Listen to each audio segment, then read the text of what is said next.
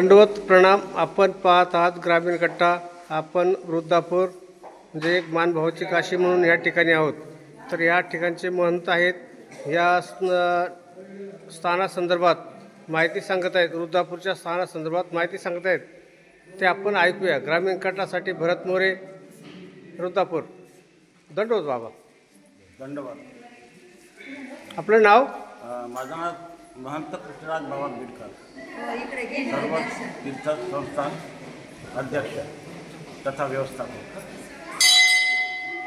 पुढे ह्या स्थानासंदर्भात जी माहिती आहे ना ते आम्हाला सांगावी ही विनंती.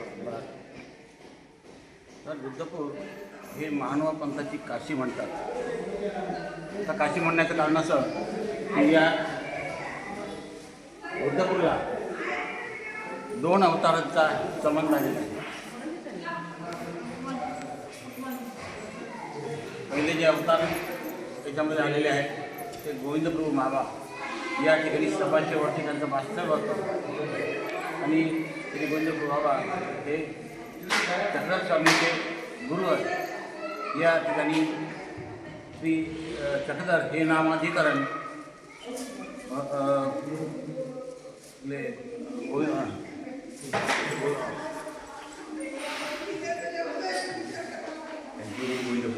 गोविंदप्रभू बाबा यांनी त्यांचं नामाधिकरण ठेवलं. तर वृद्धपूरला 350 तालाचं महात्म्य आहे. या ठिकाणी श्रीबाबांनी नंग्याला पाय, मुक्याला वाट्या, निवृत्तीचा पुत्र आहे. दुःखाने ग्रस्त लोकांना दुःखातून सोडवणं अशा अनंत लीळा या वृद्धपूरमध्ये झाल्या.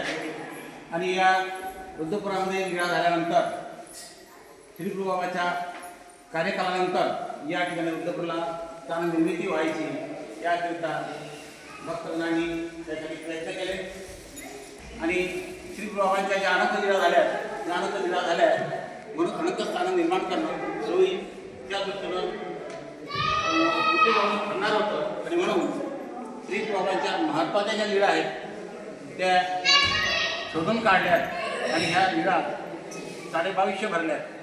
आणि ह्या 2250 लीळा संख्येच्या दृष्टीनं हा आकडा मोठा झाला आहे. आणि त्याला निर्मिती करणं ही कठीण कार्य होतं. आणि म्हणून त्या आताही श्रीप्रभूबाबांच्या 2250 लीळामधून 350 लीळा अत्यंत ज्या महत्त्वाच्या होत्या त्या शोधून काढल्या. आणि त्याची स्थान निर्मिती ही सनाच्या 13व्या शतकामध्ये करण्यात आली. जेव्हा या ठिकाणी 13व्या शतकामध्ये निर्मिती झाली त्या काळामध्ये या ठिकाणी पूर्वीचं स्थान होतं. या स्थानाचं नाव होतं रजपुताचा उदाहरण आणि त्याचं नाव या स्थानाचं होतं. तर या ठिकाणची सुद्धा एक लीळा आहे. हा रजपुताचा वाडा, घोडण झडपाचा वाडा म्हणतात. हा रजपुताचा वाडा. या वाड्यामध्ये तो स्वतः आणि त्याची पत्नी असे दोघं असायचे. पत्नी ही धार्मिक प्रवृत्तीची स्वभावी स्त्री होती आणि हा पती होता रजपूत हा अतिशय क्रोधी आणि क्षणाक्षणाला त्याला क्रोध देणारा. आणि श्रीप्रभू प्रत्येकाच्या घरी जायचे. आता श्रीप्रभू प्रत्येकाच्या घरी जायचे, या रजपुताच्या घरी सुद्धा जायचे. पण त्याला हे पसंत पडत नव्हतं श्रीप्रभूबाबांना. आणि म्हणून तो पत्नीला म्हणायचा या गुंडमला घरात येऊ नको देऊ. त्यांना गुंडम म्हणायचं आणि गुंडमला घरात येऊ नको देऊ. परंतु श्रीप्रभू मात्र प्रत्येकाच्या घरी गेल्याचे राहायचे नाही. प्रत्येकाच्या घरी जायचे. आणि त्यांना अडवणारं या वृद्धपुरामध्ये कोणतेही असं व्यक्तिमत्व नव्हतं ते त्यांना अडवू शकत. त्यामुळे श्रीप्रभूने मनात ठरवलं की आता रजपुताच्या घरी जायचं. कारण त्याचा भाव असा होता की श्रीप्रभू आता आल्यानंतर, हा गुंडम आल्यानंतर याचा मोक्ष लावून टाकायचा, त्याचं येणंच बंद करू अशा वृत्तीनं तो बाहेर गेला आणि श्रीप्रभूची वाट पाहत होता. झालं काय की ही माहिती जेव्हा भक्तजनांना कळली की श्रीप्रभू बाबा या रजपुताच्या घरी जाणार, कारण त्याची तो कसा आहे याची बातमी सर्वांना माहिती होतं. आणि म्हणून हा रजपूत आपल्या श्रीप्रभूंना काही हानी पोहोचेल या भीतीपोटी श्रीप्रभूच्या मागं बघायला. श्रीप्रभू आल्याबरोबर पत्नीला असं वाटलं, श्रीप्रभू आल्यानंतर यांना माझे पती काय करतील ती घाबरली, विचारली. तिने हात आडवे केले, बाबा येऊ नका. पण श्री गोबांच्या मनात ठरलेलं ते पूर्ण झाल्याशिवाय राहायचं नाही.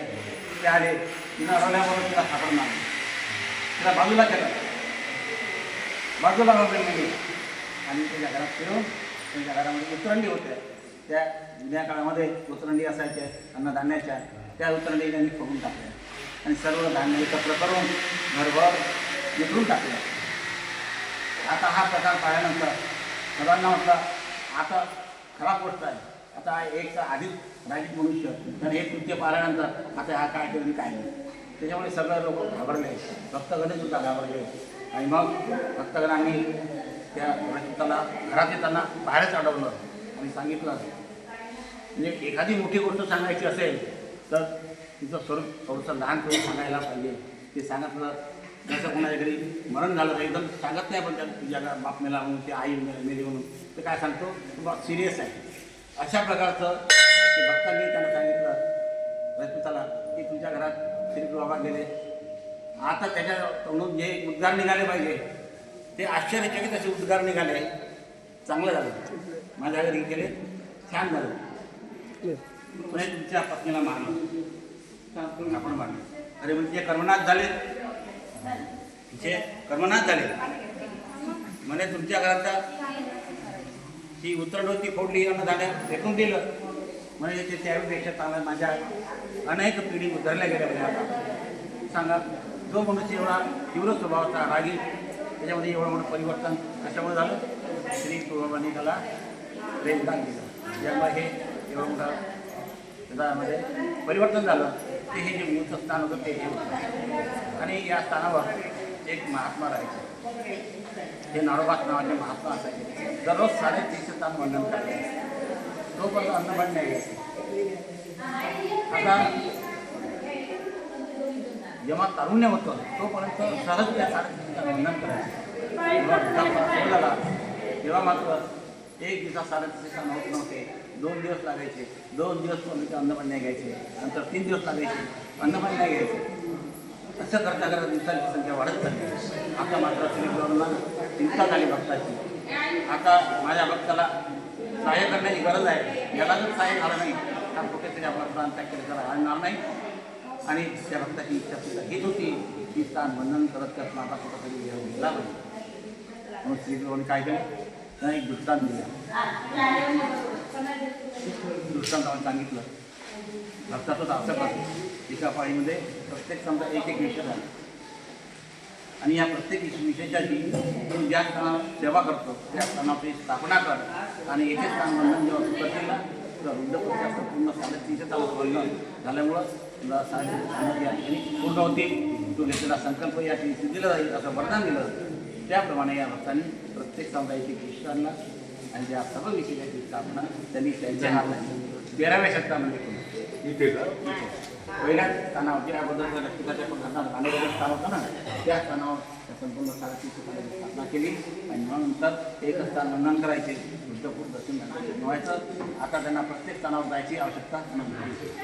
350 स्थानांचा पावर एका ठिकाणी श्री प्रभूंनी अशा प्रकारे श्री प्रभूंनी त्या भक्ताला 350 स्थानांना दिलं. आणि आज बुद्धपूरला 350 पाहिजे स्थान असतं, आज 350 नाही, 160 आहे, 190 नाही, परंतु ते या ठिकाणी आणि 160 आपल्याला फक्त कोणाच्या शेतात आहे, कोणाच्या वाडीला, कोणाच्या घरात आहे. जेवढे झाले तेवढं करायचे. पण हे स्थान मात्र न वंदन करायचं. हे स्थान वंदन झालं तर बुद्धपूर दर्शन पूर्ण होत नाही. आपण किती स्थान वंदन करा बुद्धपूर पूर्ण होत नाही, जोपर्यंत हे स्थान वंदन होत नाही. या ठिकाणी श्री प्रभूंना विनंती करू, अर्थपूर्वक आपली विनंती या ठिकाणी सादर करा. देवाला सादर केल्यानंतर परमेश्वर आपल्या पदरामध्ये आपली विनंती मान्य करून आपल्याला देतात. असं हे बुद्धपुराचं महत्त्वाचं स्थान आहे.